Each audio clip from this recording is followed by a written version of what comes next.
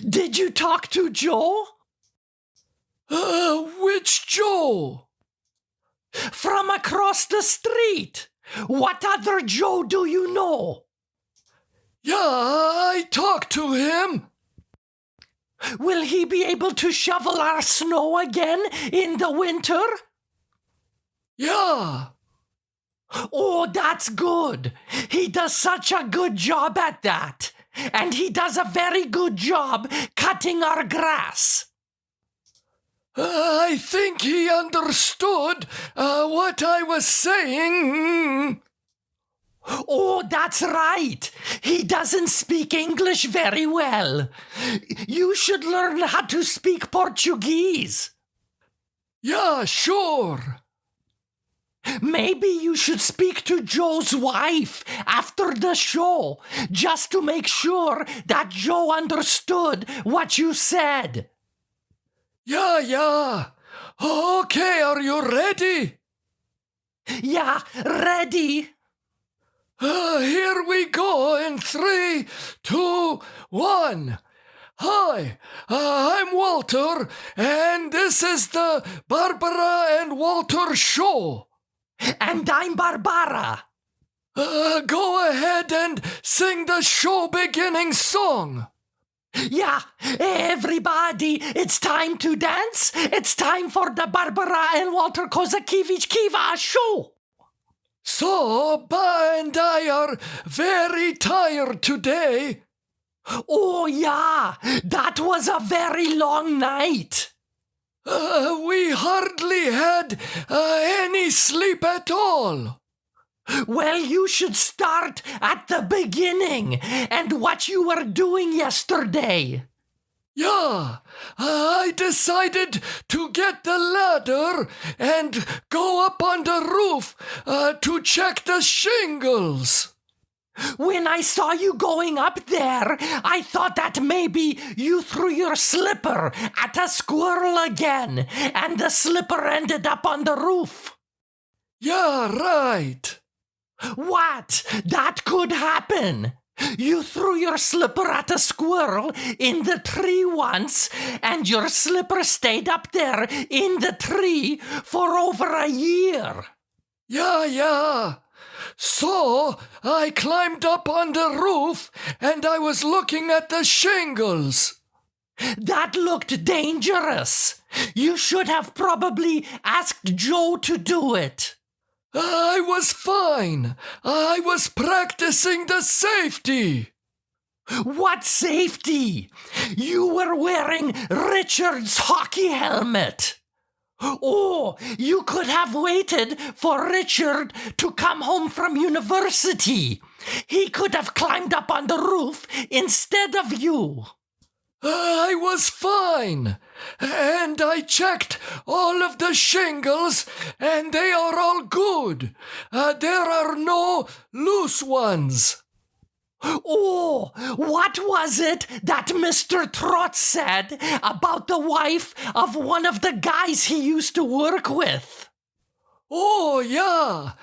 Trot said that one of the guys called his wife Loose Shingle because she ended up at the neighbor's house. That's right. She had an affair with the neighbor. So the shingles are all good, and we went to sleep last night. Then, at about 1 o'clock in the morning, we hear a cat meowing outside. It wasn't just any cat. I recognized the meow right away. I knew it was Mruchka meowing. How the hell could you tell it was Mruchka? Because Mruchka has a very distinctive meow when she wants something. She sounds like this. Meow. So, anyway, Barbara says it's Mruchka. So I put on my slippers and I went and opened the front door in my pajamas. I looked around and I couldn't see Mruchka in the front yard, but I could still hear her meowing. Meow! Okay, enough of that. So I went to the front yard and I looked around and I looked in the bushes and then I looked up and there was Mruchka on the roof of the house, meowing. Meow! So she probably climbed up on the ladder when you were on the roof and you didn't see her. Well, of course that is what happened. She didn't fly up there. Well, she jumps up on our tall dresser all the time, so her legs are pretty strong. So there I am in the middle of the night, getting the big ladder and climbing up on the roof in my pajamas. You were saving a life like a fireman. I was walking all around the roof and I was calling Mruchka's name very loudly, but I couldn't see her anywhere. Yeah, then I came outside and I saw Mruchka jump from the roof to the tree at the side of the house. Yeah, of course. She makes me climb up on the roof in my pajamas in the middle of the night. And that is when the police came to the house. Yeah, the two big police officers got out of the car and they asked, "What are you doing up there, sir?" I told them that I was getting the cat off of the roof. Then the officer said, "I don't see a cat on the roof." They were shining the flashlight on me, and they thought that I was crazy or sleepwalking or something, and you didn't help me at all. They asked if I knew you, and I said that I have never seen you before in my life. They were going to put me in jail. Oh, they were not. You climbed down the ladder and we explained everything. But Mruchka may press charges against you for leaving her up on the roof. Yeah, sure. Do you have to do anything after the show? Yeah, I have the hot date with a supermodel. So you have no plans? No. Maybe we'll see what is on the TV. Do you maybe want to play chess? Walter, I will never play chess with you again. Why not? Because you are too competitive. That is why I stopped going to the bridge club with you. Being your partner was as much fun as getting stung by 100 bees and then being lit on fire. That is a little extreme, Ba. The part about the bees is okay, but the part about the fire is pretty harsh.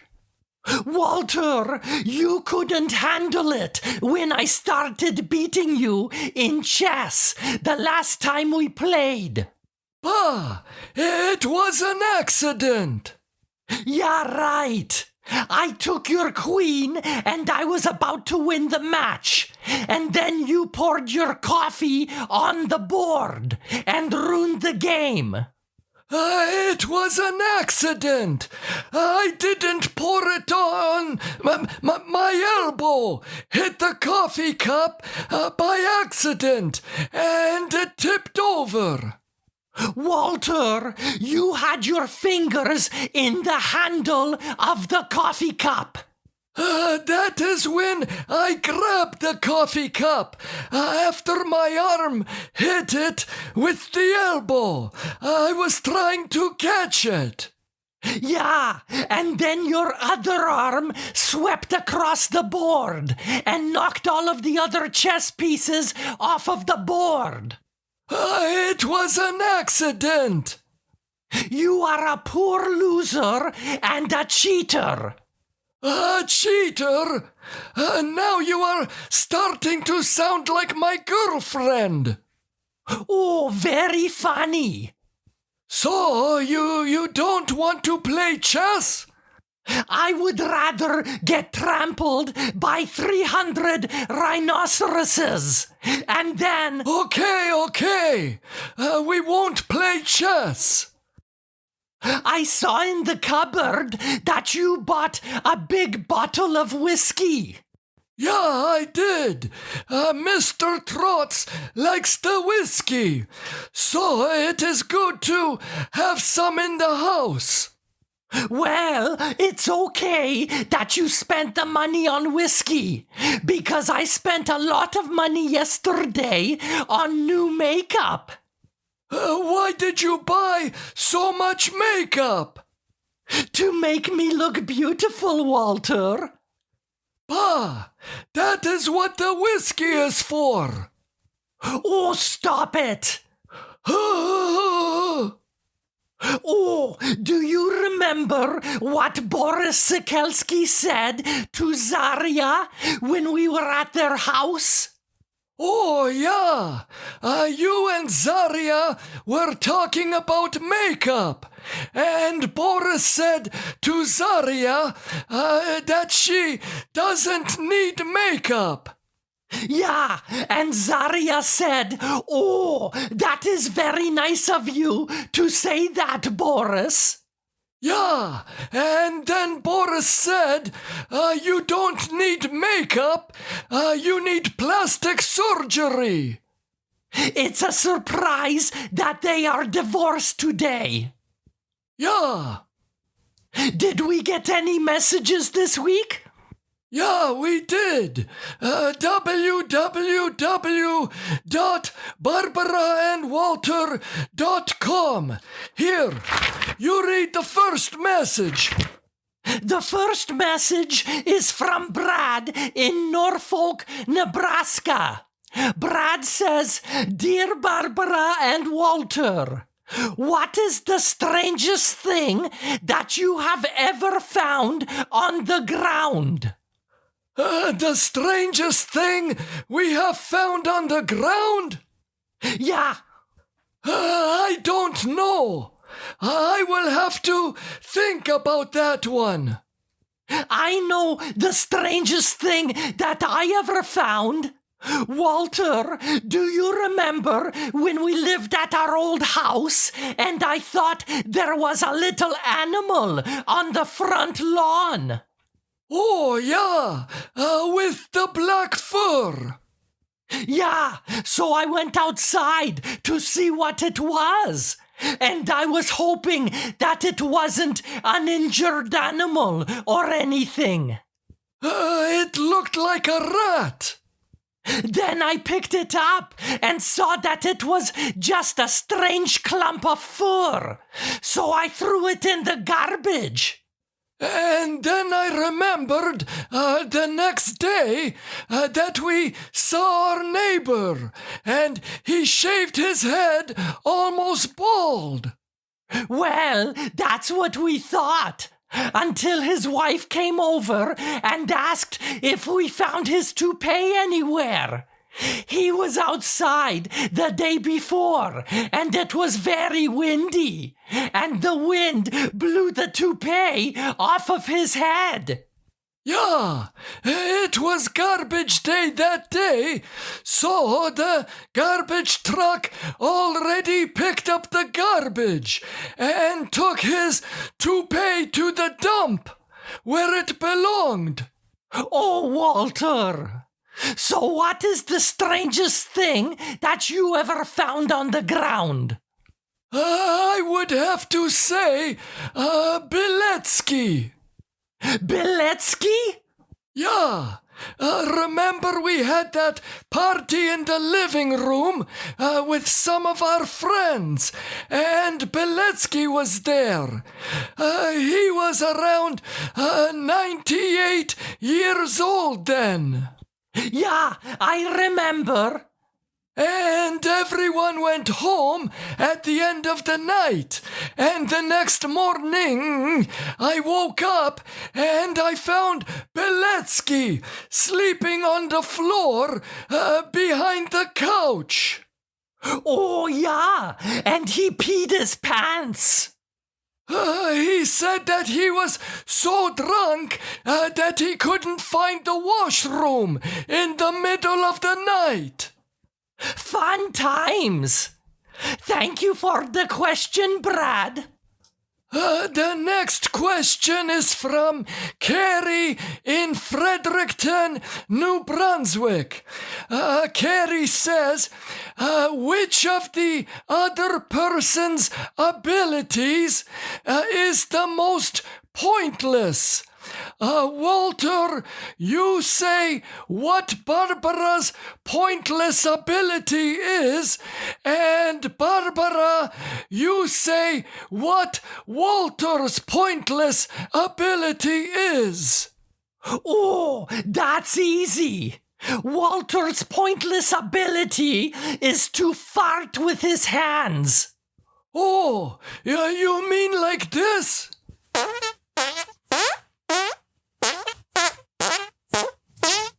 Yeah, exactly. This isn't pointless.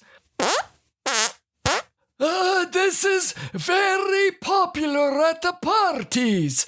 The ladies especially like it a lot. Yeah, right. So now it's your turn. What is my most pointless ability? Your most pointless ability is folding the fitted sheet. You are so proud that you can do it with no problem, but no one cares. Oh, I wish it was an Olympic sport. I would win the gold medal, no problem. At least when I fart with my hands, it is very entertaining. No one cares that you can fold the fitted sheet. Some peoples would be very excited about it. When we go to the next party, I will fart with my hands on one side of the room, and you show people that you can fold fitted sheets on the other side of the room. You will see that I will have more people standing around me. Yeah, because they will feel sorry for you for being so old, but still being such a child. Farts are funny, no matter how old you are, Ba. Yeah, right. Thank you for the question, Carrie. Okay, you can sing the show-ending song. Yeah, sorry to leave, but this is the end of the Barbara and Walter Kozakiewicz Kiva show. Bye.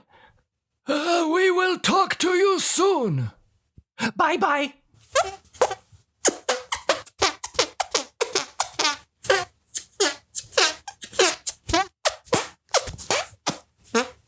I am glad that you brought up my farting trick on the show, Ba. I haven't done it in a while. As soon as I said it, I knew that I shouldn't have, because you will be doing it for the rest of the day. Well, I don't mind if you go and fold a bunch of fitted sheets for the rest of the day. Yeah, that is exactly what I want to do today.